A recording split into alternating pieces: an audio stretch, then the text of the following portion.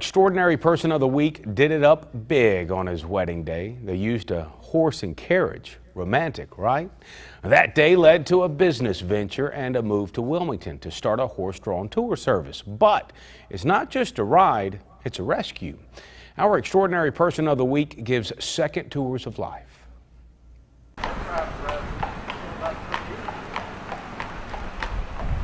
They are a moving fixture in downtown Wilmington. And because of John Pucci, these horses have a second chance. A rescue mission started in 1987 when he moved to Wilmington. Why don't we keep these horses from going to those auctions where processors will buy them? And if we're going to do a carriage company, let's only use the horses that would literally not be here today had we not rescued them from the auctions. John says they've saved 16 so far. 16 horses that could have been bought by processors at auctions from farmers needing to sell them. Being bought by a processor is a death sentence, so he gets them before they can get got. As far as I know, we're one of the few companies, if the only company, that only uses rescued gelding Percherons.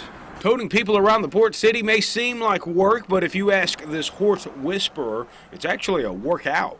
And this is their exercise routine for about a week and a half. Then we switch another group out to Leland, out to our farm, and bring another group in.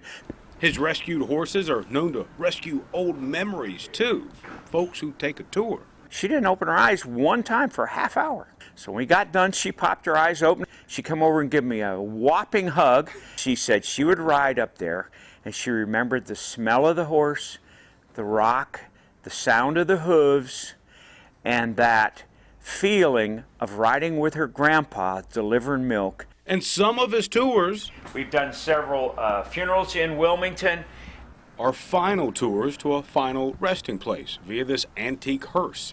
I'm guessing if the horses could talk, they're very affectionate. Yeah. They would probably say, "Thank you, John, for rescuing us from what could have been our final resting place."